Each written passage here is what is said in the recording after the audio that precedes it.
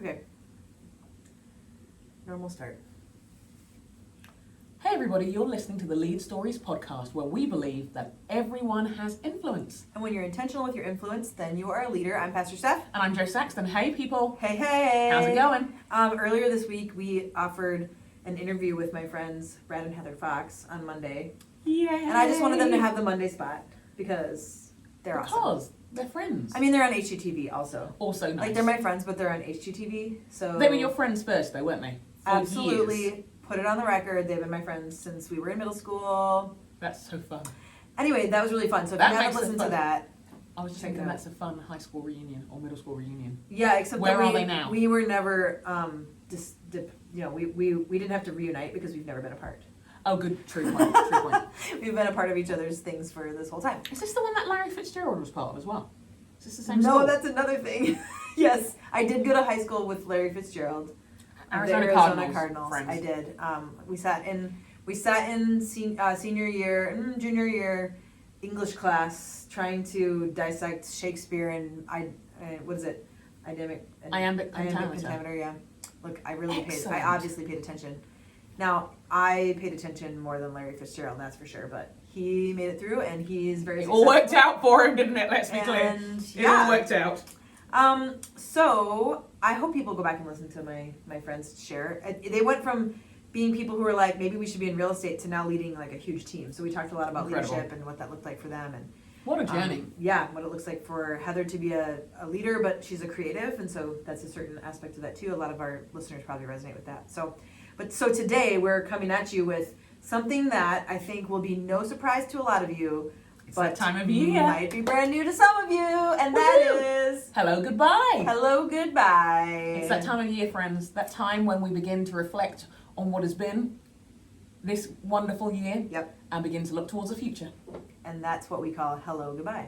And we know that actually, It should be Goodbye, Hello. but it doesn't sound as lovely. No, because it could be Goodbye 2019, Hello 2020, but it doesn't But matter. hello, goodbye is what it's become, and it's And stuck. we're gonna stick to it. And now it is what it is. So what we're gonna do today is just a little introduction to it for people who are new to it, and then anybody who this is familiar to you. We would love for you to listen in because we'd love for you to share it with other people. Yeah. And so if you can hear us give a little summary, then you'll be able to put that in your own words to people that you might be encouraging to go through this with you.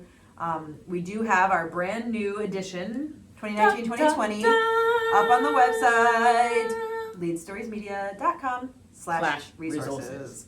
And so you can go there, you can buy your copy, you could buy a group copy that has a discount. And then in every copy at the end, there is a kind of how to create a night where you would go through this with friends. Oh, And so that a comes little with it. extra.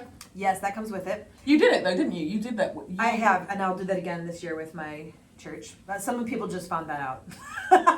Hey everybody, we're doing it Wednesday, January 6th, I think. Anyway, Oh, cool.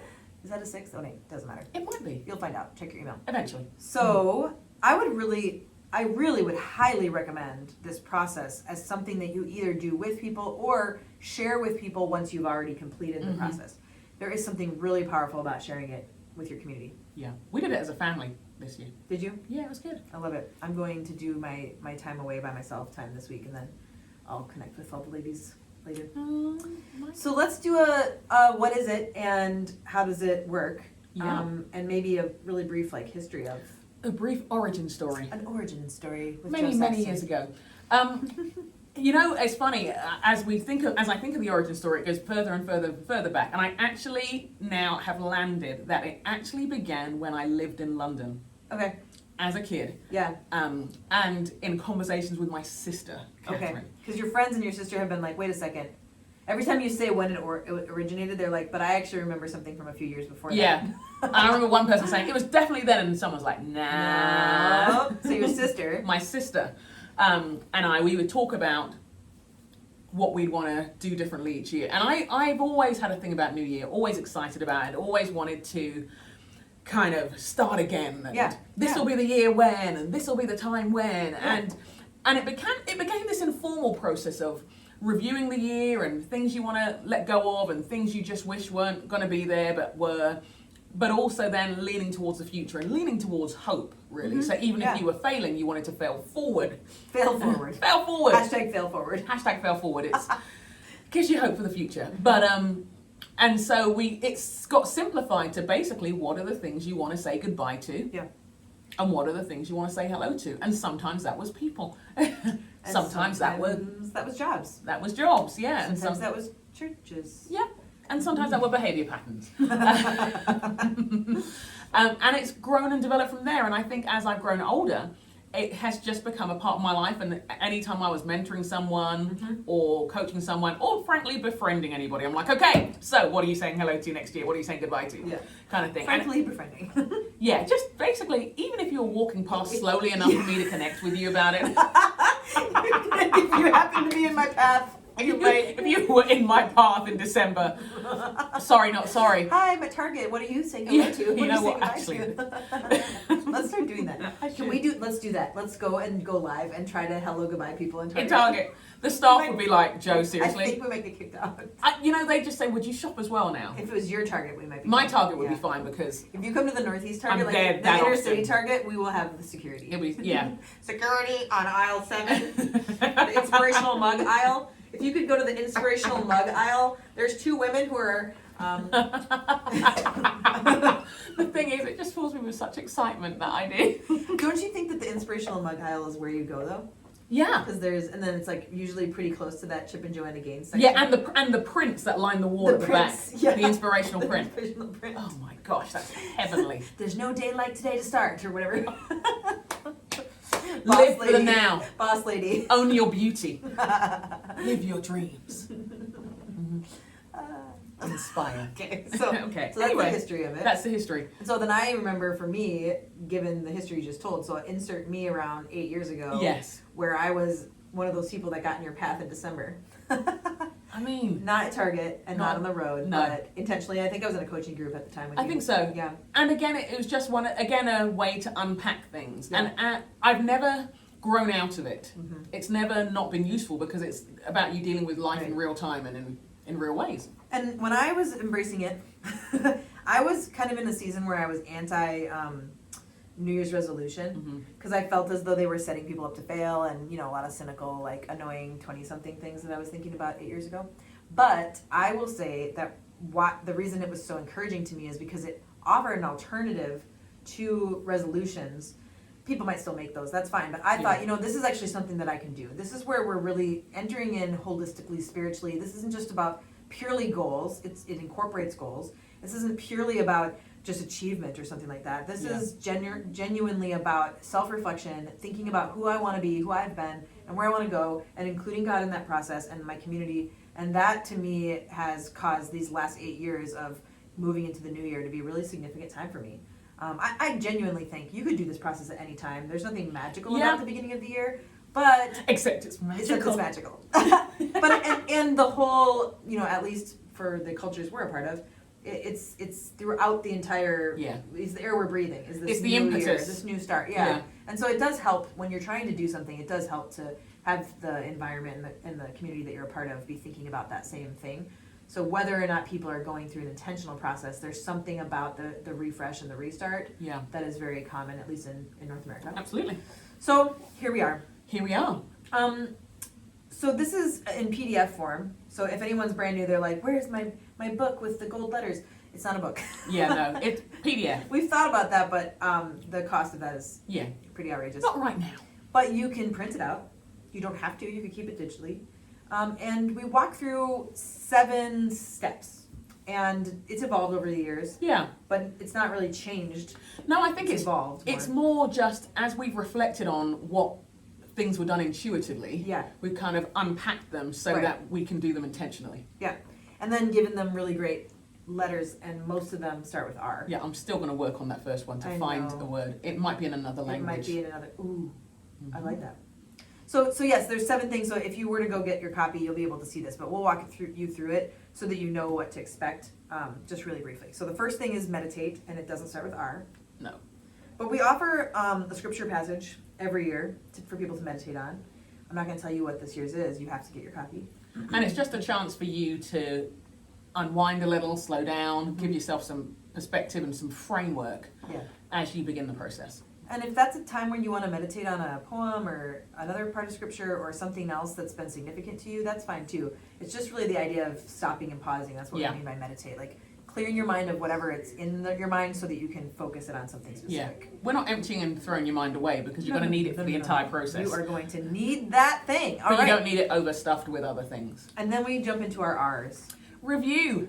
So the review is looking back. We've got some prompting questions to have you look back over the year, to think through different things. I always suggest that people go through their Instagram or their Facebook. Yeah. I think it's a great way to do it, to be honest. I would love to say I journaled enough to use my journal, but I didn't. So Instagram is more accurate. Another great one is your calendar. Yeah, your calendar. Because it's just hard to get your head around a whole year. So that's an encouragement to us.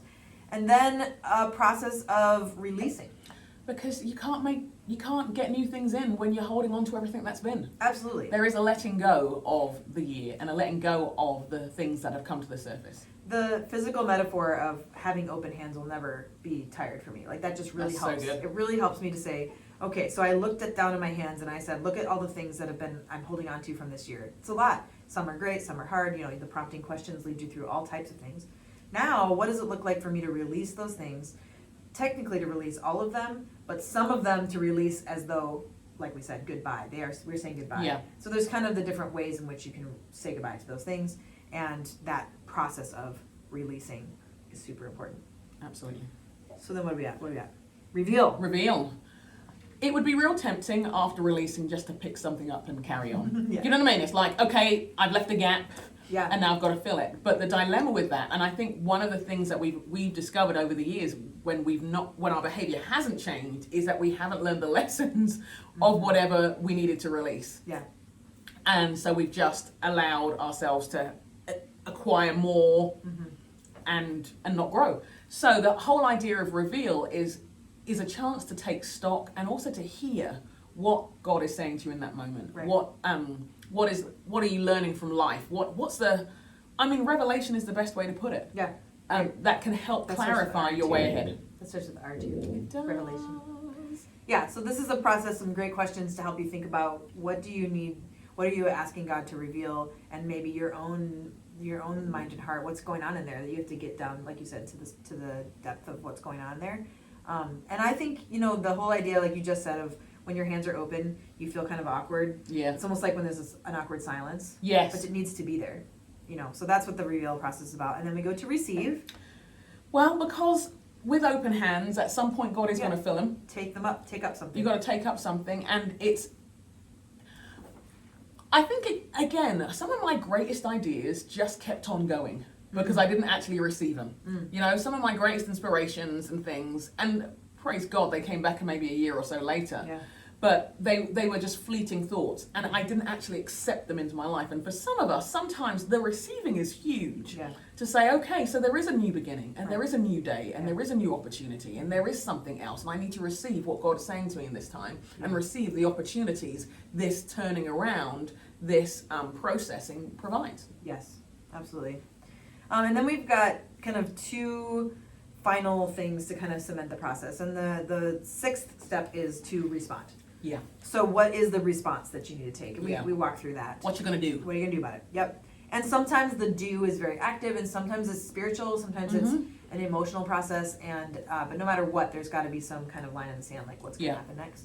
And then finally, record it. Write it down. Put it in a spot. Voice memo. Whatever you need to do. Instagram Live, if it's not oversharing. Instagram Live, what's appropriate. Oftentimes people do come up with a word. It's relatively, that's not our concept, but the idea is there a word or a phrase? So I often think of, is there some way that I can display that somewhere or think about that differently this year or something like that? And, I mix it up every year, kind of how I do that, where I put that. Because I do want to make sure we come back to it throughout the year, but even maybe intentionally at the quarters, and half time a year, that kind of thing. So recording it is really important. So that's the process. And it can take a half an hour, it can take a half a day, it can take a half a week. It can, for many people, be something that you start and then you lay it down, and then you really get to the spot where you're releasing and you're like, I need that space, that that space of open hands that could be awkward space, but it doesn't need to be. That's a really good point, because not all of those stages are necessarily evenly weighted in our time frame. And it's okay if you find yourself on one of them and you're like, oh, I'm going to need a week on this, then take the week. Then take the week.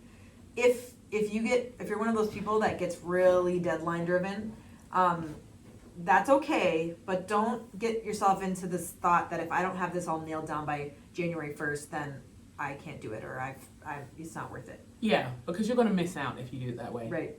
And that's why, we do it as a group with people from my community in January, because for some people December is just too much, especially to get together. So just it's totally fine. Maybe February 1st or January 15th is more of a deadline. That's totally fine. Awesome. It's your whole year. So we would love for you to check that out. It's just go to leadstoriesmedia.com/resources, and you'll see all the different versions there that you can get. They're all the same, but there's some versions you can order where you can use them with more people. So we'd love for you to do that if you want to do it with a group or gift it to some people in your life. That's where, and I mean, technically, once you have the PDF, you can use it. You can do anything with it, but we do not want you to. We're asking you to please not post it somewhere. No, feel free to tell people about it. Give it to people. Share this episode. Yeah. Share this episode, and yes, and point people to the resource. Yes, it's not very expensive. It's there just so that we can cover the cost of some of the things that we're doing. Yeah. And that's been really crucial and really critical for us. And so we're so grateful for you to use that and also to share it with people and ask them to come purchase a copy. But I just get so excited about what's going to happen. We'd love for people to post pictures of the setting in which you're working on it. Maybe sometimes we've had everything from somebody with some candles and their journal to like what Karen, she was in her laundry room hiding from her kids, and I feel like some people have been on the beach. Yeah, and I'm not that resentful. But Australia, I'm a little in the middle of your summer. I'm a little resentful though. But I remember, I see you. So we're gonna come back with one more episode about HelloGoodbye to kind of give a little bit more of our kind of thoughts and experience around the process of saying goodbye and letting go, and the process of saying hello and taking up. Just to give a little bit more food for thought. So tune in next week for that. But we would love for you to get started whenever you have that space and to start processing it. Yeah. Anything else? That's everything. All right, Get everybody. to it, friends. Yep. Talk to you soon. Bye. Bye.